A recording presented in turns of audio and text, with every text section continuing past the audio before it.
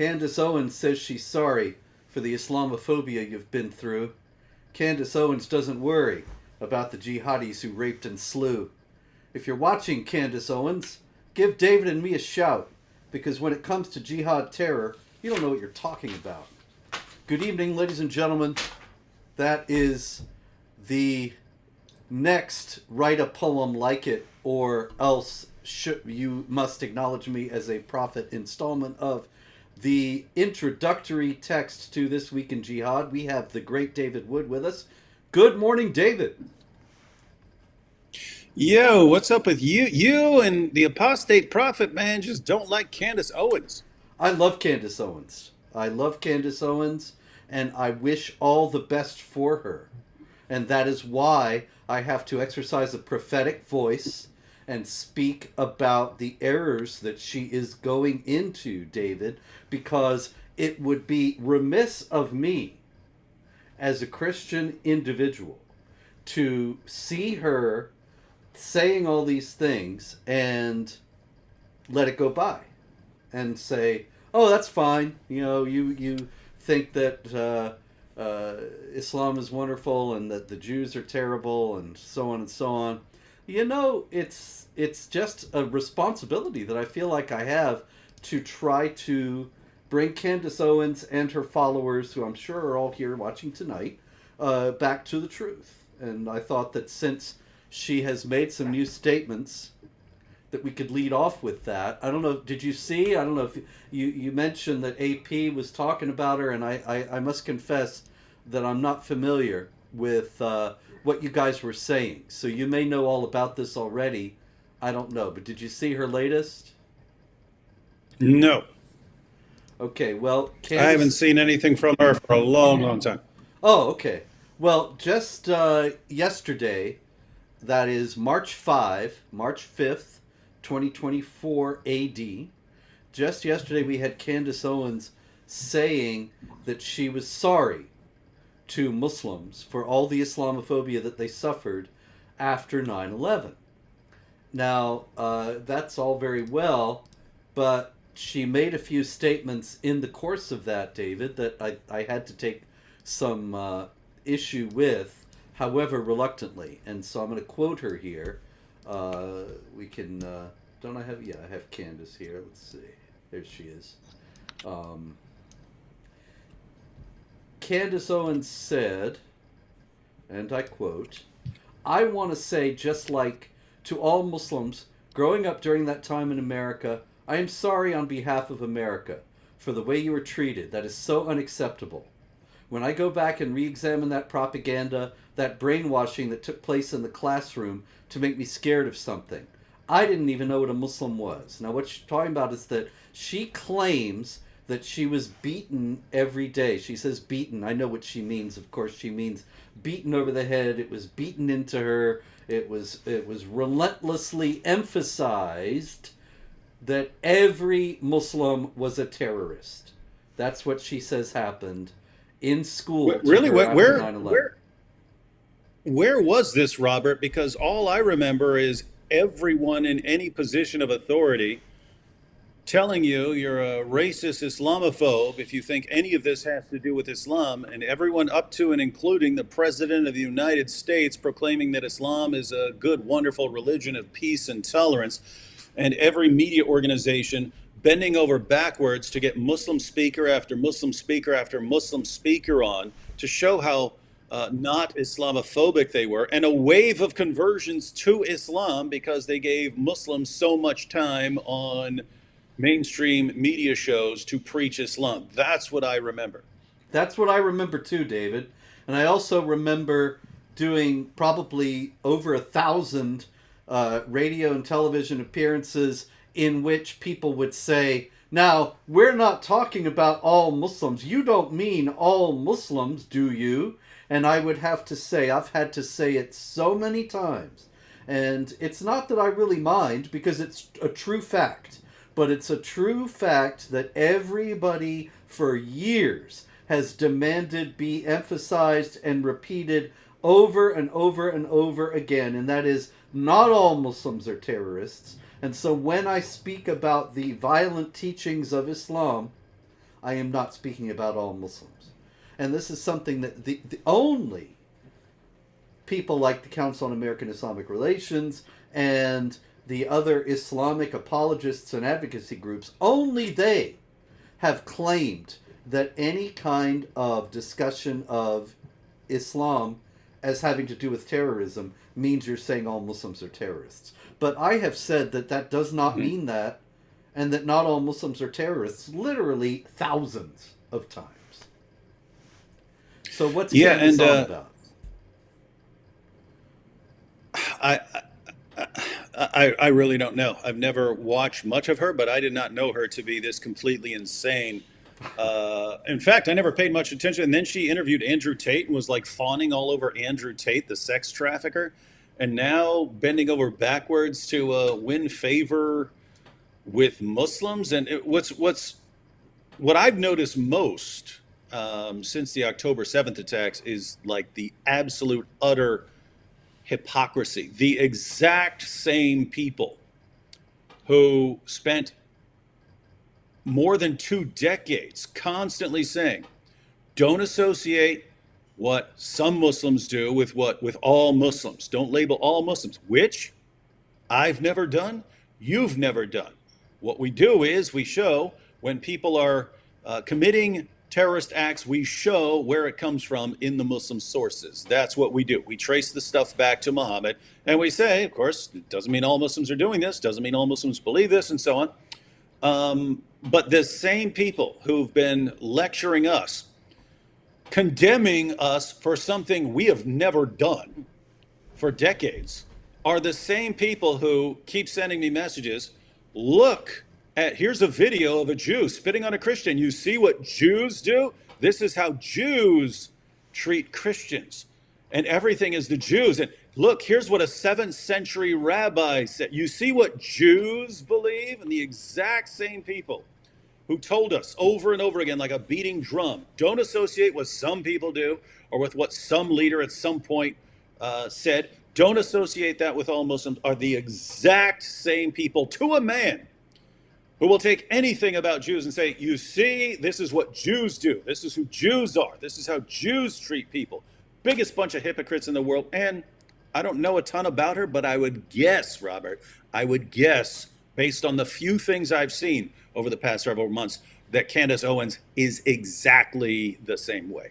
Yeah. David, I got to confess, I don't know a whole lot about her either. Of course, I've seen her name bandied about. I've seen her around. I met her once somewhere, some conference we were both speaking, and I really don't know much about her, but I do know that after October 7th, there was a great deal of... There were a great many people, let's say, who suddenly came out to be Jew haters, and she seems to have been one of them. One of the most astonishing things that she recently said, that I wrote a column about a few weeks ago, and this is one of the first times that I actually took a lot of notice of her in what she was saying, is she said that the Nazis burned books.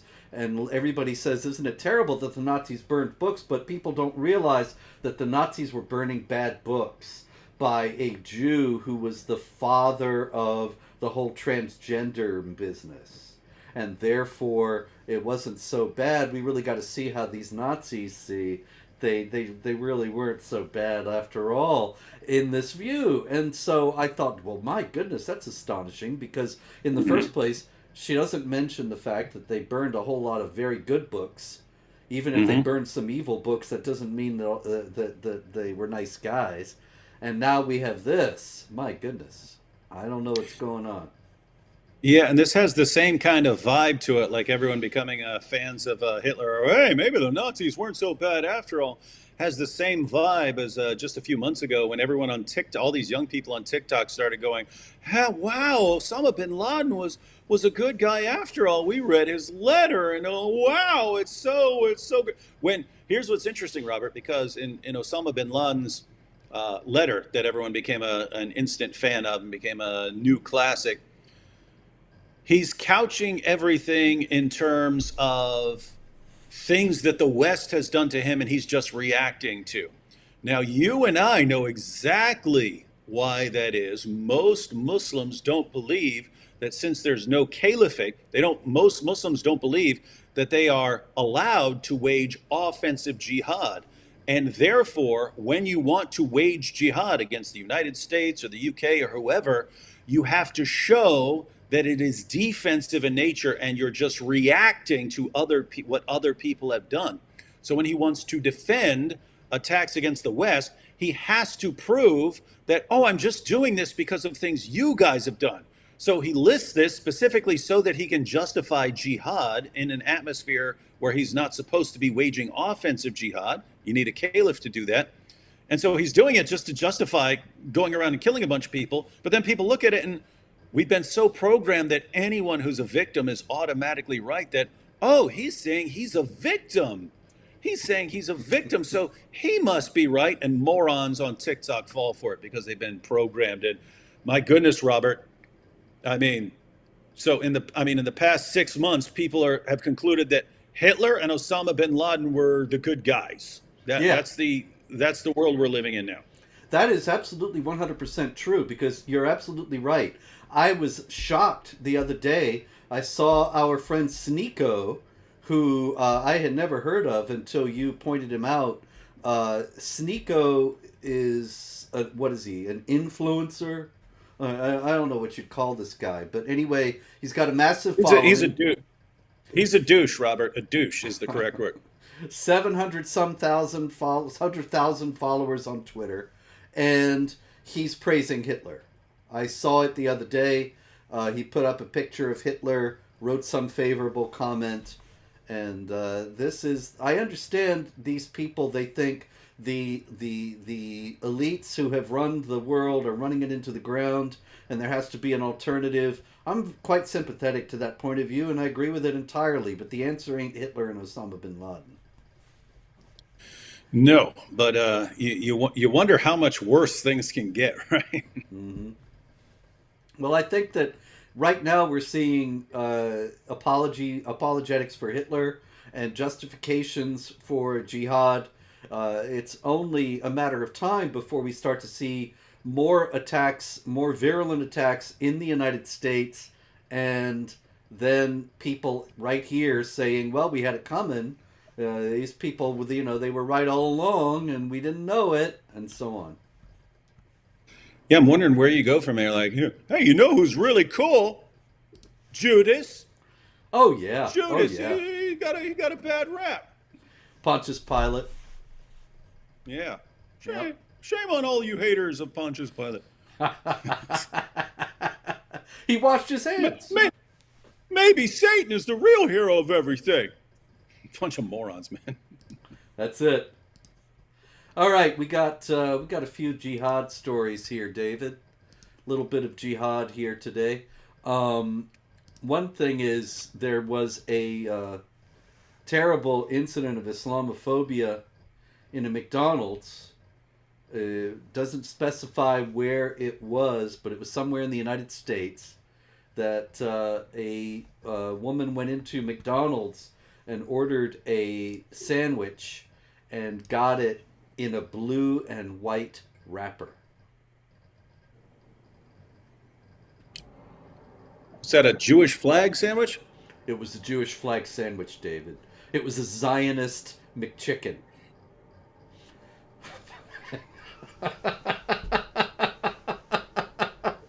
Got it. It's kosher. I tried to say it solemnly. It's a kosher sandwich. So she was enraged, and she said that this sandwich wrapper is endorsing the killing of Palestinian kids. Yeah, it's a genocidal chicken sandwich there. That's right, a genocidal chicken sandwich. That chicken sandwich is literally ethnic cleansing. That's right. That's right. And the best part is, in the video, she goes back into the McDonald's and asks, this poor kid who's working there, what does this resemble? And the guy says, this one, it's a McChicken wrapper. And she says, he, he doesn't understand the gravity of the crime here that has been committed. And so she says, but why is it blue and white? And he says, honestly, I don't know. And she says, I think you do know. Yeah, It's like in this, some... like this kid decided that, right? He decided what McDonald's is going to wrap sandwiches in. This guy is the decider of what McChickens get wrapped in. Yeah, he's the corporate vice president for This guy called rappers. up this guy called up his boss and said, "Yo, Ronald, I want everything wrapped up in Israeli flats to piss people off." That's it. So she says, I think you do know. This is in support of Israel. And he tries to reason with her, but there's no reasoning with this kind of thing. You got people that are nuts, then they're nuts. All right, on a more serious note, we have in El Cajon, California, near San Diego, we have Muhammad Abdul Karim. And he had a dentist who was an Orthodox Jew, Dr. Benjamin Haruni. And he went in and shot him dead. And the story said that he was a disgruntled dental patient. A disgruntled dental patient. Now, David, I don't know if you have, but I've had dental work Wait, done in my lifetime. wait.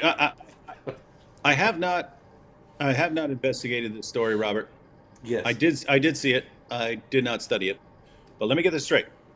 In the middle of this whole Israeli-Palestinian war, when people are screaming death to Israel and death to Jews, and Jews are committing genocide and so on, a Muslim went in and killed a Jew, and the conclusion is this guy didn't like the filling that he got?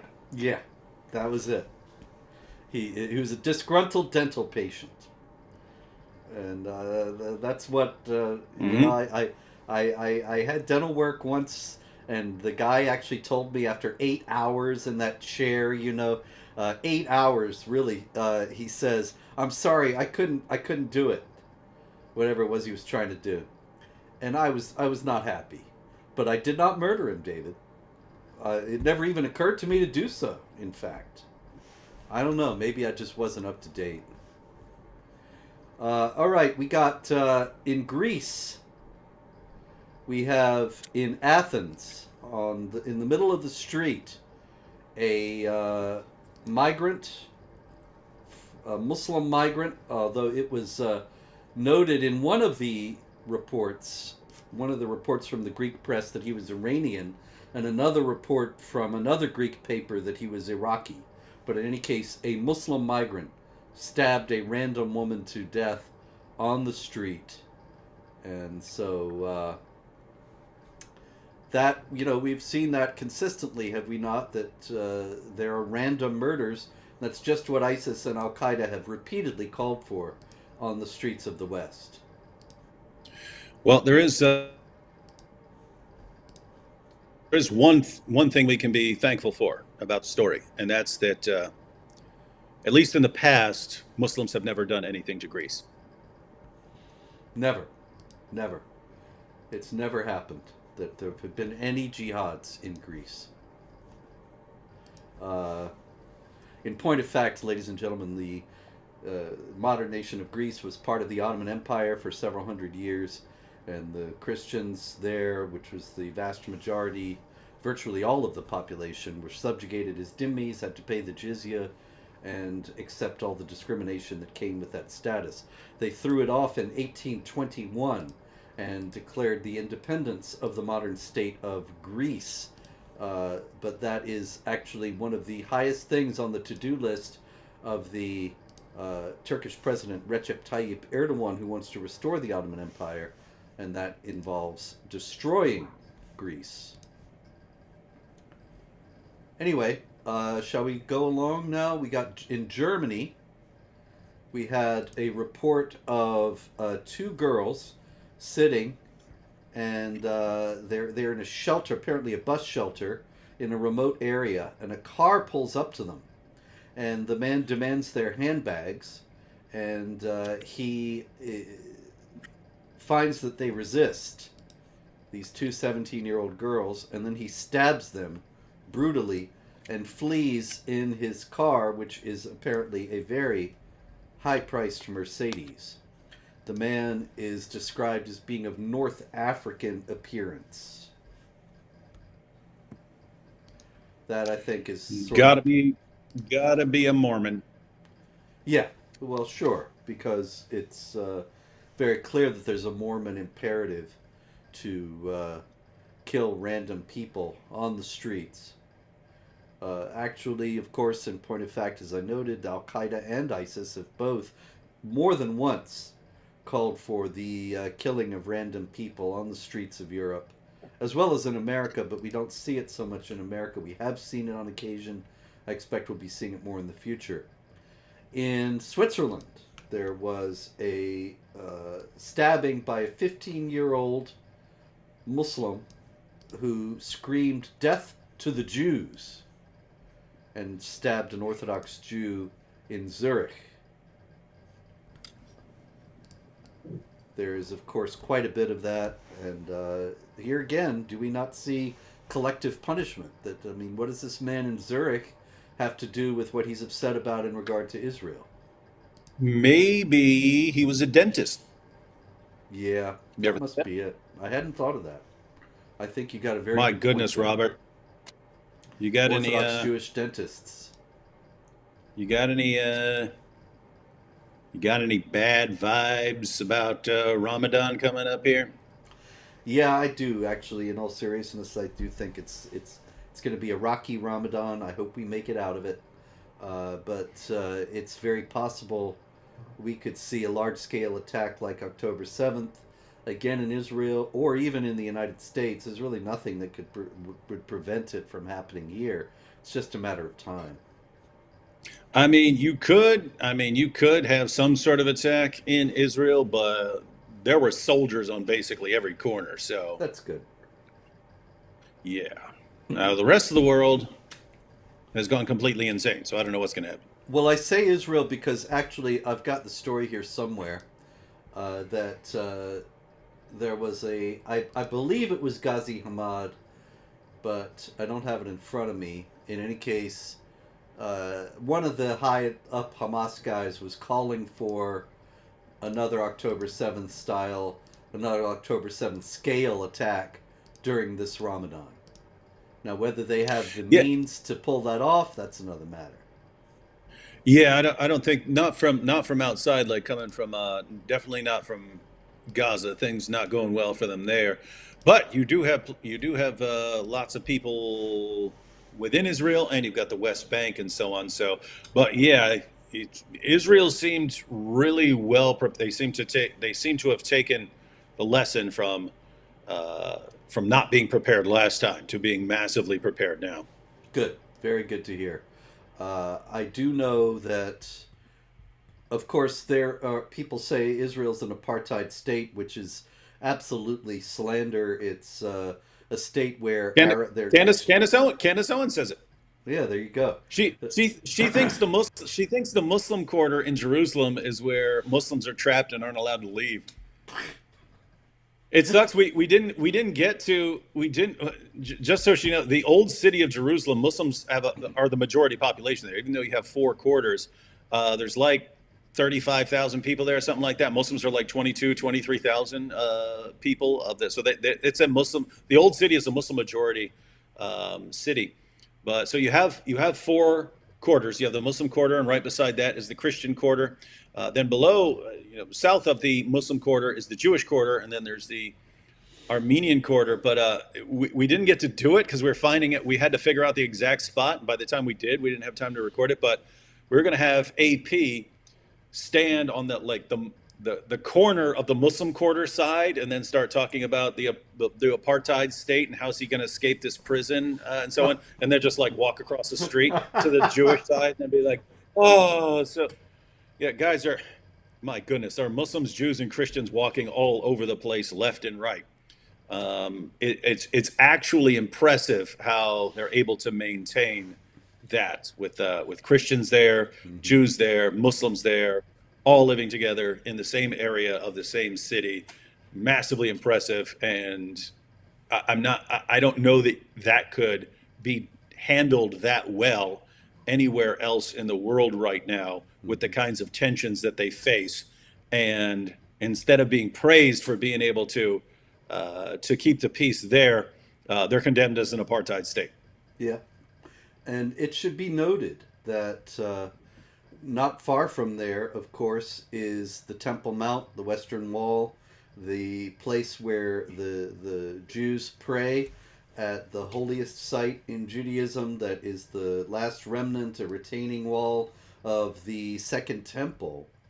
And that while Jordan was in control of Jerusalem and that whole area, there were homes built up against the Western Wall. You can see it in old photographs that prevented the Jews from being able to approach it and pray. And so the Muslim Jordanians prevented the Jews from praying at their holy site. The Jews have never prevented the Muslims from praying on the Temple Mount at Al Aqsa Mosque or the Dome of the Rock. Yeah, But and Israel's the in apartheid fact, state.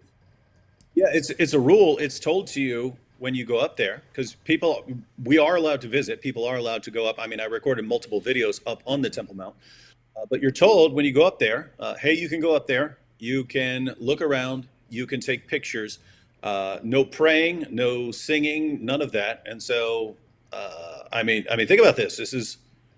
I'm a Christian. I'm not allowed to say a prayer up there. And it's not like you would have to be in someone's face. The place is huge. I don't know how many people don't realize how massive it is up there. I mean, it's got to be the size of like 20 football fields. It's huge.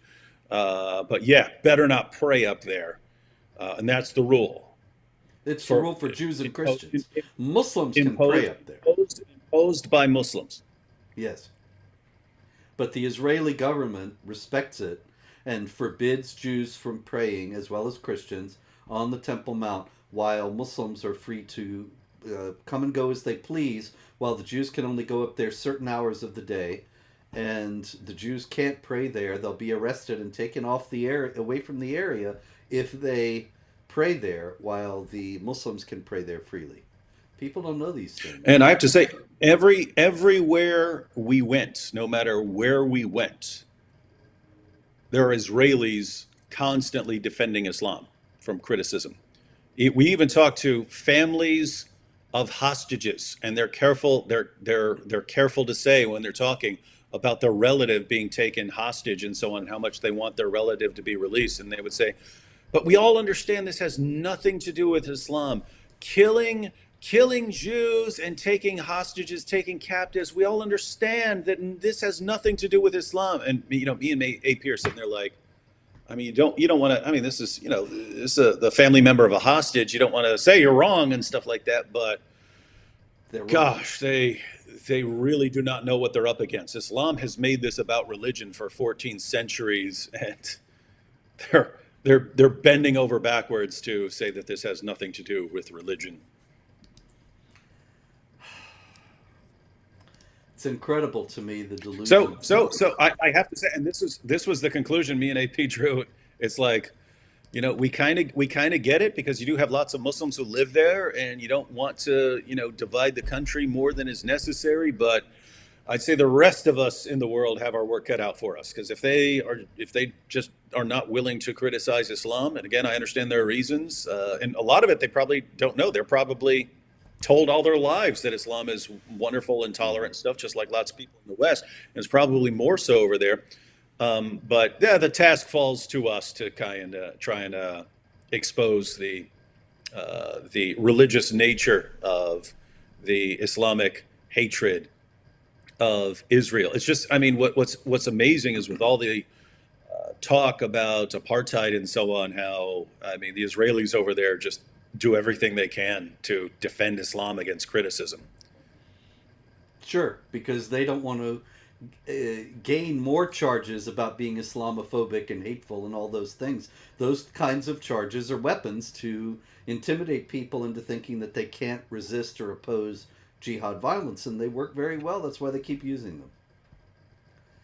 All right, in Mozambique, David, in Mozambique, a lovely place, they are facing a worsening humanitarian crisis as jihad attacks displace thousands of Christians as well as Muslims who do not accept the authority of the Islamic State, ISIS.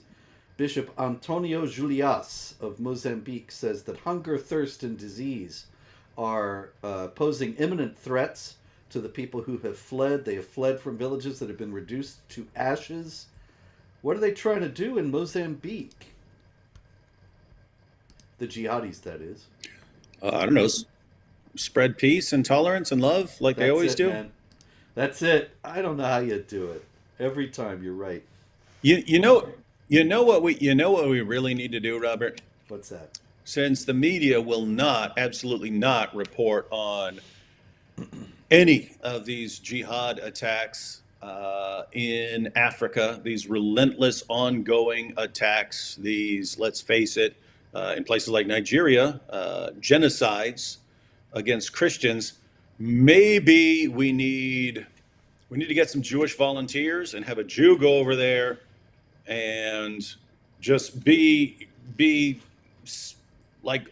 an appearance in northern Nigeria so that a Jew is somewhere in the picture, and then maybe they'll pay attention to it. Yes, then they can blame the Jews, and then we'll finally get some attention. Maybe people will try to stop it then. When it's Muslims killing Muslims, no one will even mention it. When it's Muslims killing Christians, won't even mention it. Toss one Jew into that mix, and suddenly it'll get international attention. Yep, you're right. And also, it'd be a wonderful outreach, to show that Islam is a religion of peace. That if a visibly identifiable Jew showed up in a jihad-infested area of Nigeria, he'd be welcomed as a member of the people of the book, would he not? Mm-hmm. Of course. Absolutely. Of course. Yeah, there's no doubt about it. Okay, Stupid Infidels. It's Stupid Infidels time, ladies and gentlemen. We need a Stupid Infidels theme song. But in any case, I'll work on that. If you have suggestions, just put them in the chat. Okay, in the UK, David, this is Jeremy Hunt on the left, and he is the Chancellor of the Exchequer, the Treasurer for the government, and that's Sajid Javid on the right, who is a very prominent member of the Conservative Party, prominent politician. He's held various positions in the government in the recent past, but I don't think he has any now. In any case, I could be wrong about that. But Jeremy just announced this morning, or I guess it was this afternoon in Britain, he said that they were going to spend £1 million, which is $1,272,000, on a memorial for Muslim soldiers that they're going to construct there, probably in London. Muslim soldiers who served in the British forces during World War I and World War II. Now, obviously, this is going to bring peace and harmony to the various Muslim communities in Britain and end the jihad there, is it not? Yeah, they always come up with plans for how this is going to melt people's hearts. And have you ever seen where anything like this actually works and makes any sort of significant, serious impact on anyone? Never once. No, it's all for show to make it look like, oh, we're making a difference, and it doesn't make a difference, and sorry, no one cares. Indeed.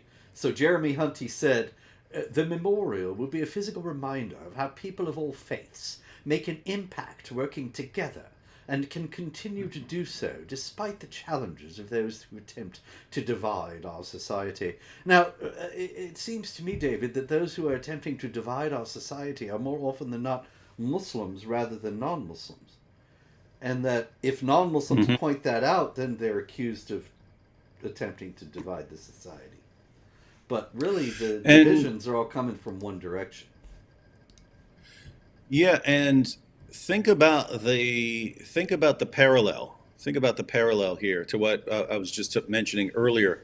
With you had the September 11th attacks, and for years after every terrorist attack, every media show would have Muslims on their channel doing dawah because they wanted to show how not Islamophobic they are. And so, what do we do after a terrorist attack? Let's get a Muslim preacher on to explain how wonderful Islam is. But it's the same here. You've got the dawah clowns, and they're screaming, "Ah, we're going to take over the country, take over the country, take over the country," and then, hey, let's build a monument to Muslims. So what's the takeaway message? The more you guys want to take over the country, the more we're going to honor you. Seriously? Yep. And so, I mean, it's like, I mean, the message you're sending, the message that was sent back in the day, the more people you slaughter in the name of Allah, the more we will support and defend your religion. And here it's the more you guys want to take over and conquer the land and establish an Islamic state, the more we'll honor you, by golly. That's so true. Not only is that so true, I got another story about it right now. Rishi Sunak, the Prime Minister of Britain, there he is, old Rishi, he made a speech the other day. There he is, making his speech. And he said that he actually, I should explain, he was making the speech because there has been a recent phenomenon in Britain of MPs, members of parliament, being threatened by supporters of Hamas. The demonstrators in Britain who are against Israel and want the UK to condemn Israel, they have actually made MPs feel afraid because they're quite seriously trying to get the MPs to vote against supporting Israel. And they're trying to frighten and intimidate them into doing so. And so in response to this, Rishi Sunak made a major speech, and in it he said that he was going to fight against the Islamists and the far right. He had to throw the far right in there, David, and I was wondering, the far right didn't threaten anybody. The far right hasn't done a thing. The far right isn't out there climbing up on monuments and putting flags on Churchill or other British heroes. This kind of thing is only happening from the supporters of Hamas, the Muslims and their leftist allies, and yet he has to bring in the far right. And who's the far right? Well, it's us. It's anybody who opposes jihad violence. Yeah, and you see this sort of thing over and over again. I just saw like Michael Moore recently. Israel, you shouldn't be worried about Hamas. You should be worried about white Christians. And it's always like, hey, don't worry about the guys who are actually attacking you and want to subjugate you and want to take over and reduce you to second-class citizenship and slaughter you and do all this other stuff. No, worried about these guys who aren't doing anything to you. Let's toss them in there because that's what we've been programmed to do because we're morons. And that shows that we're not Islamophobic. And that's actually why they banned me and Pamela Geller from Britain, David, because they needed some opposites to the jihadis.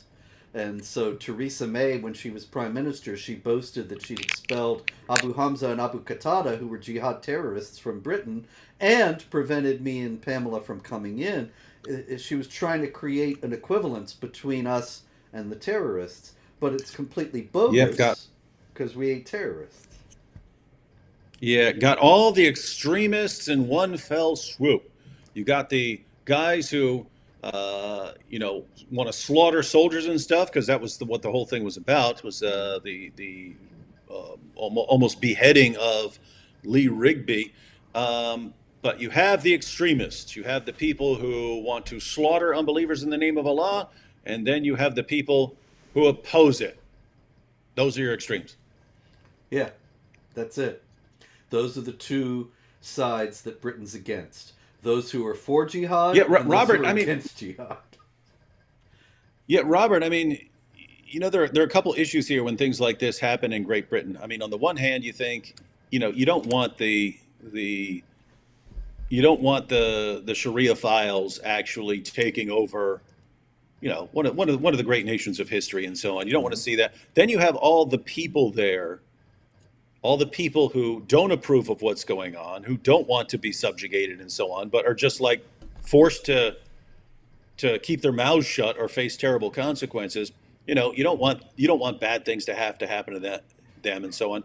But as far as everyone else, all the enablers, all this time, it's almost like you guys are getting exactly what you deserve, exactly what you've deserved.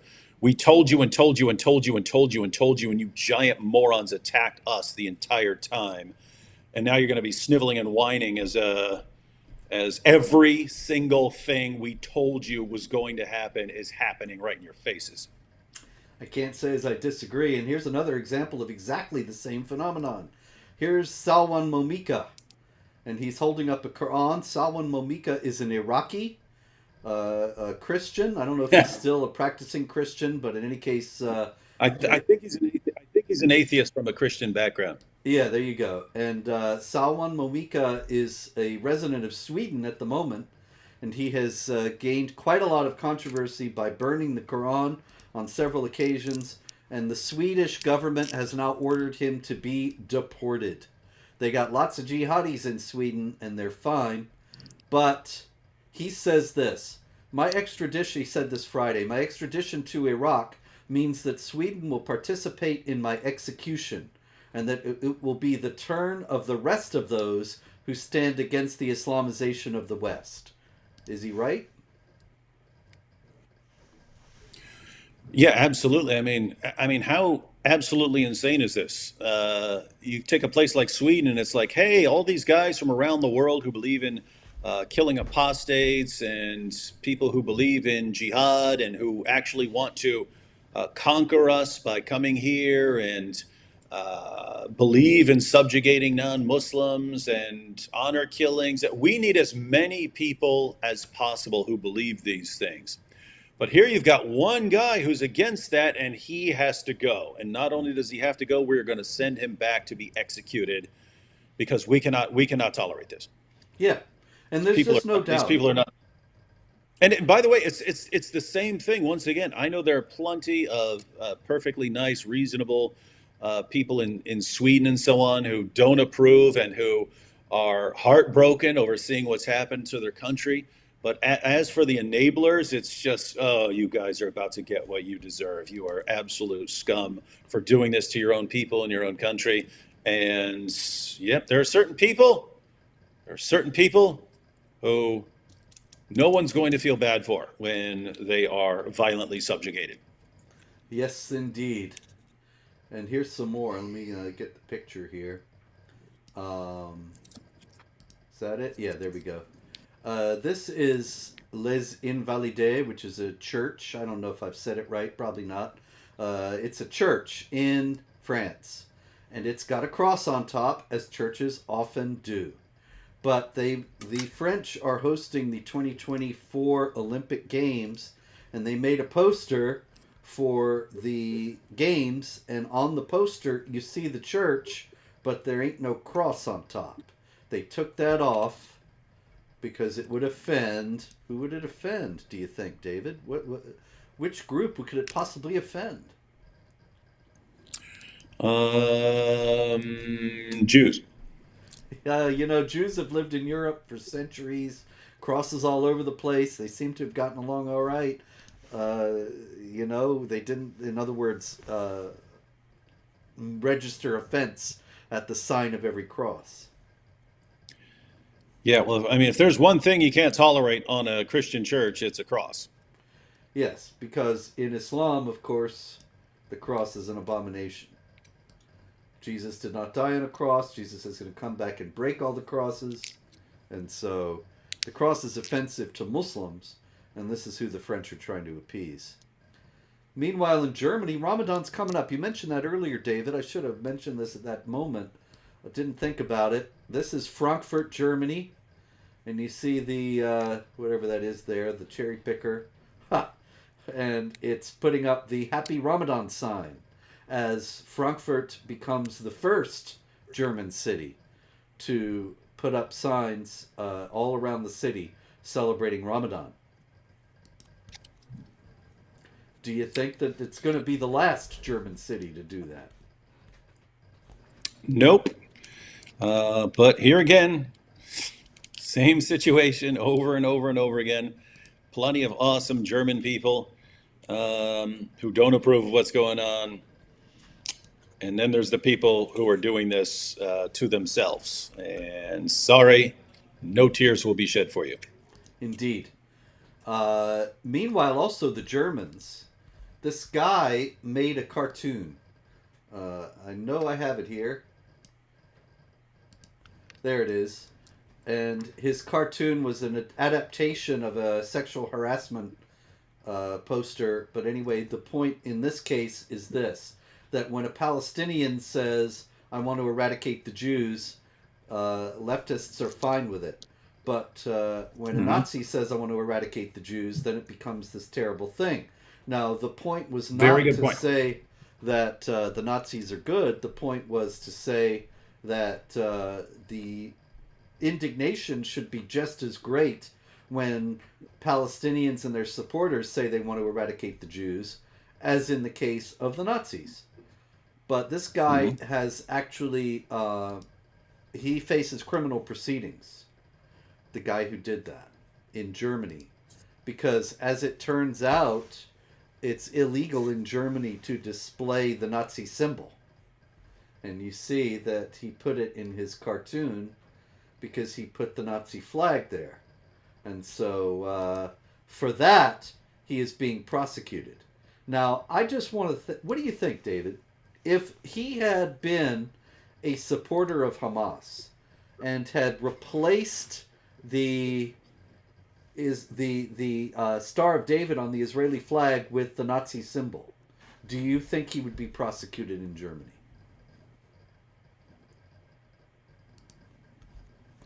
No, they'd have made him the new prime minister. I suspect you're correct. I do think that that's very likely.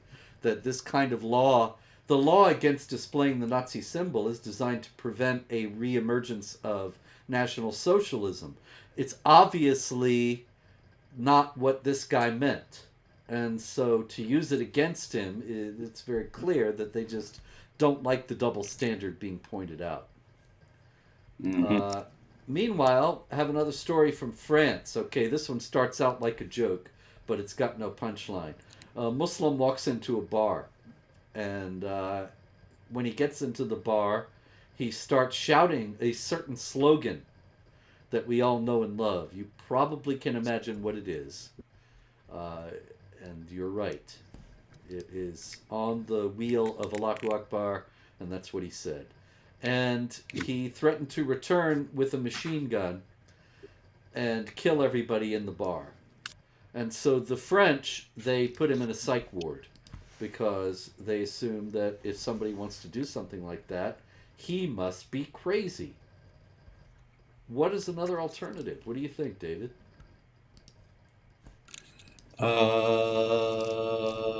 He believes in the teachings of Muhammad? That, I think, is a very real possibility. He might not be crazy at all, but because... Yeah, and... yeah, this goes back to something we've said many times before. This is also the result of politicians and journalists constantly saying that Islam is a religion of peace and tolerance, and it's so clear, and them completely butchering verses of the Quran to make them sound peaceful and tolerant. And then they convince entire populations that Islam is so peaceful and tolerant that the only possible explanation for someone interpreting Islam as violent is absolute. They would have to be insane. If it's that clear, I mean, that's how you test people for insane. You put something obvious in front of them, they see something completely different. You'd have to be insane. Well, if all you're confronted with is peace and tolerance, peace and tolerance, peace and tolerance, and you conclude, oh, I have to go kill people, you have to be insane. That's it. There's really no other alternative. And so they're loading up the psych wards with jihadis. And I don't know what's going to be the outcome of that, but I don't think it's going to be good. Meanwhile, the New York Department of Education, David, the New York City Department of Education has weighed in with a teaching about jihad, which I thought was interesting. Nice. Yeah. It's about time. they're giving training sessions for teachers to understand and combat Islamophobia. And so in these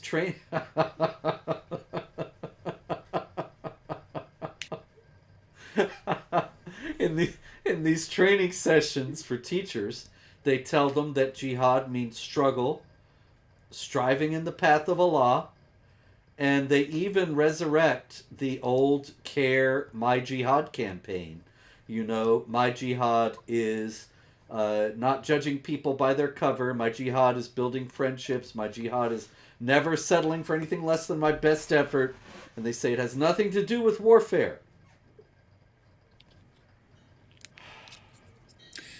Yeah, so I guess Muhammad really screwed that one up because he said the best jihad is the one where you get really violent. We need to get a hold of that curriculum, Robert, and you could do some interesting responses to that. That's a great idea. Yeah. Let me see. It was a story in the Jewish Chronicle, and maybe I'll be able to track it down if I follow along. I'll let you know. But yeah, I'm sure that you would agree that you and I would do it. Teach them all about jihad. Hold the training sessions at our own expense. No charge to the city. But I imagine that they've got CARE people and all sorts of other sophisticated deceivers, and thus they're going to get lied to. And they want to get lied to. That's really what it's all about. Okay, this is somebody you may be familiar with. I'd never heard of him until I saw this story. This is Royce Gracie. Do you know this guy? Hoyce. Hoyce? The R is pronounced like an H. Yeah.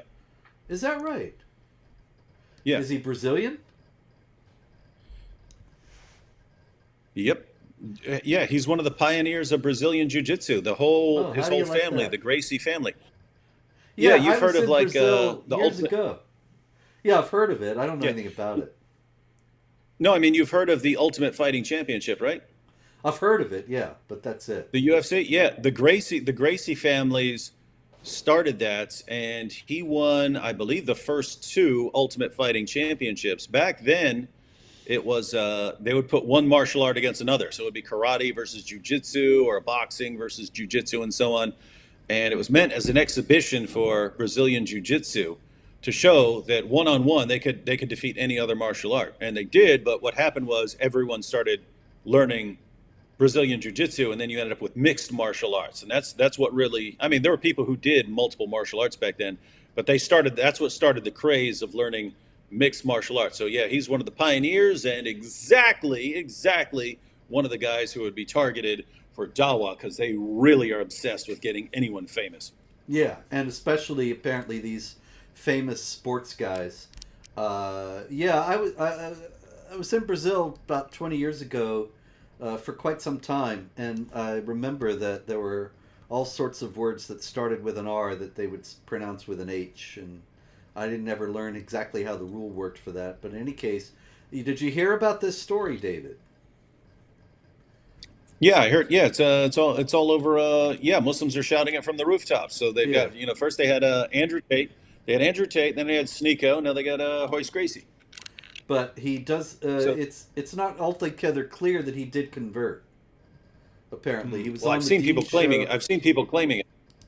Yeah, well, I had a guy, one of the guys who's a writer at Jihad Watch wrote this story, and he saw it all. I'm not familiar with it, but apparently you can see the Dean Show logo, and he was on with Eddie and Sheikh Uthman, your friend from the fake stabbing, and they were talking you mean the same? Wait, just to be clear, you mean the same Sheikh Uthman who faked a hate crime against himself?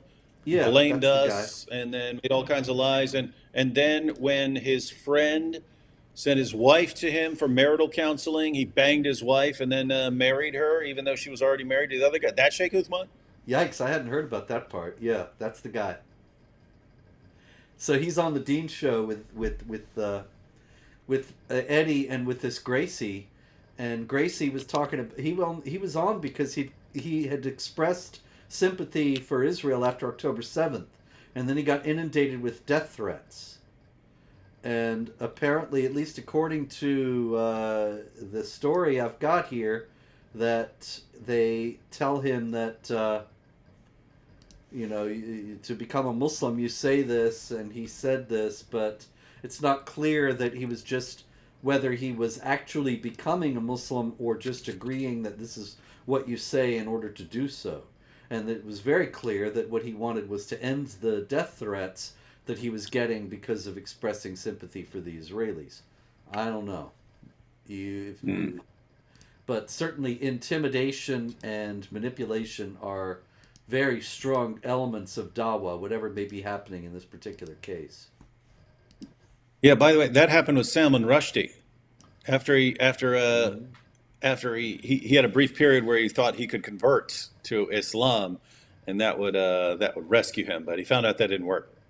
Yeah, because there's no forgiveness. He still had committed blasphemy, so he'd have to be put to death even as a Muslim for his blasphemy. So I think he gave up that tactic. Anyway, this is Charlotte Church, who is some kind of a singer, apparently. And Charlotte Church No idea. was leading the chant at her concert, "From the River to the Sea, Palestine will be free." And when she was criticized, she said she had no idea that it was anti-Semitic and did not think that it was anti-Semitic at all. She said, "I stand by everything that we sang. It was really beautiful." Yet, to be fair, most of the people chanting it have no clue what they're doing. They're just mindless drones who do whatever is popular with whatever group they're in. Indeed. And so Charlotte Church is certainly one of those. But she also did seem to be a little bit more propagandized than most, because she said, "This is about the slaughter of tens of thousands of innocent people, the slaughter of children. What is happening in Gaza is a hell on earth." Now, it's important to note that as common as these charges are, and as oft repeated as they are, the source for those claims is Hamas. The Gaza Ministry of Health is controlled by Hamas, and they are the whole sole only source for any claims that Israel is committing any kind of atrocities. Meanwhile, John Spencer, who is no relation, who is a professor at West Point, went to Israel, and he said that Israel is more scrupulous in avoiding civilian casualties than any military force on earth. I mean, we just have to ask, why is anything happening in Gaza right now? That's another question. Yes. What's the cause? What's the cause of that? Good question, David. That's very. What's the reason? What's the reason? I mean, could it have something to do with all the terrorists who crossed the border, slaughtered a ton of people, then went and hid among the civilians and so on with a bunch of hostages? I think you might have a point there. I don't know, but I think you might have a point there. All right, one other thing here. This is the Ikra bookstore in Nice, in France, which is a very nice town. And it's an Islamic bookstore, and it's been shut down now because it was found to be selling books calling for the murder of homosexuals and justifying violence against women. And so, David, it has been closed for 3 months. So let's see. Like what? Just to be clear, what Islamic bookstore would not contain those books? Indeed.